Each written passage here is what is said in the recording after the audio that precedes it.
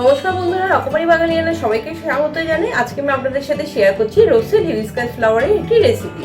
তো এই ফ্লাওয়ারটা খুবই উপকারী হাই ব্লাড প্রেশার এবং আলসার এবং কোল্ডের জন্য। তো এই উপকারী ফুলটা দিয়ে আমি আজকে কি বানাচ্ছি সেটা দেখি। রসেল হিবিস্কাস জ্যাম বানাতে আমি প্রথমেই রসেল হিবিস্কাসগুলোকে ভালো করে ধুয়ে পরিষ্কার করে নিয়েছি। তারপরে এগুলো দানার থেকে ছাড়িয়ে নিতে হবে।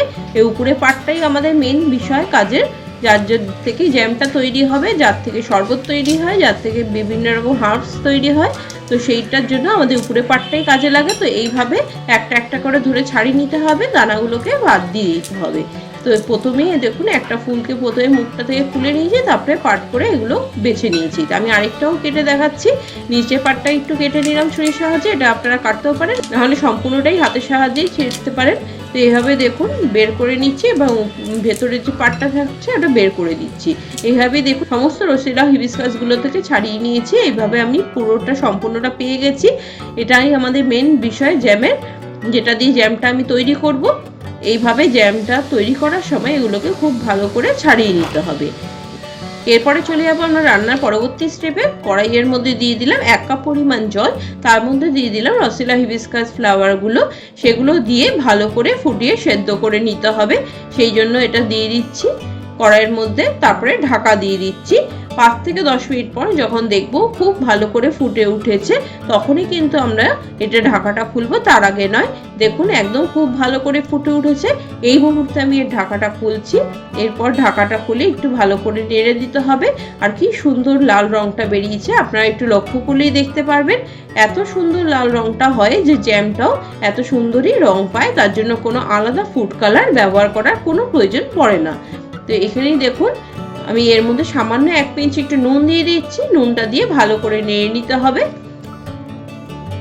খুব ভালো করে নেড়ে নিলাম। আবার নুনটা দিয়ে খুব ভালো করে নেড়ে কিছুক্ষণের জন্য ঢাকা দিয়ে দিতে হবে।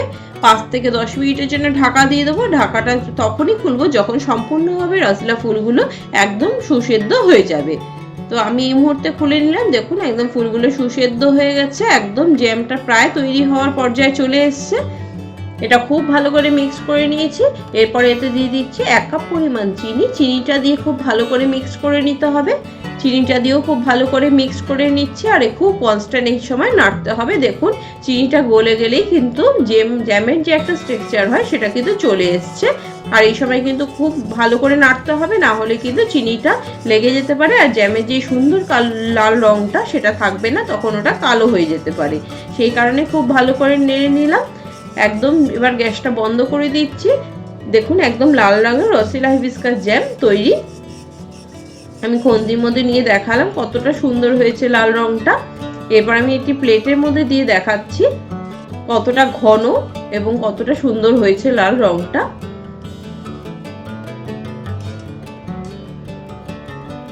দেখুন একদম প্লেট থেকে কিন্তু পড়ছে না, খুবই ঘন থিকনেস হয়েছে। আর এর মধ্যে কিন্তু কোনো রকম কেমিক্যাল বা কিছু ফুড কালার ব্যবহার করা হয়নি, একদম ন্যাচারাল। আপনারাও এটা বাড়িতে ট্রাই করুন। রেসিপিটা কেমন লাগলো অবশ্যই কমেন্টস করে জানাবেন। রেসিপিটা ভালো লাগলে নতুন বন্ধুদের কাছে অনুরোধ রইল চ্যানেলটিকে সাবস্ক্রাইব করে নেওয়ার জন্য। পুরনো বন্ধুদের অসংখ্য ধন্যবাদ সঙ্গে থাকার জন্য। আপনারাও ট্রাই করুন এই জ্যামটা। বাচ্চা থেকে বড় সবার জন্যই খুব ভালো, উপকারী, একদম ন্যাচারাল। আবার চলে আসবো কোনো নতুন রেসিপি নিয়ে নতুন কোনো ভিডিওতে।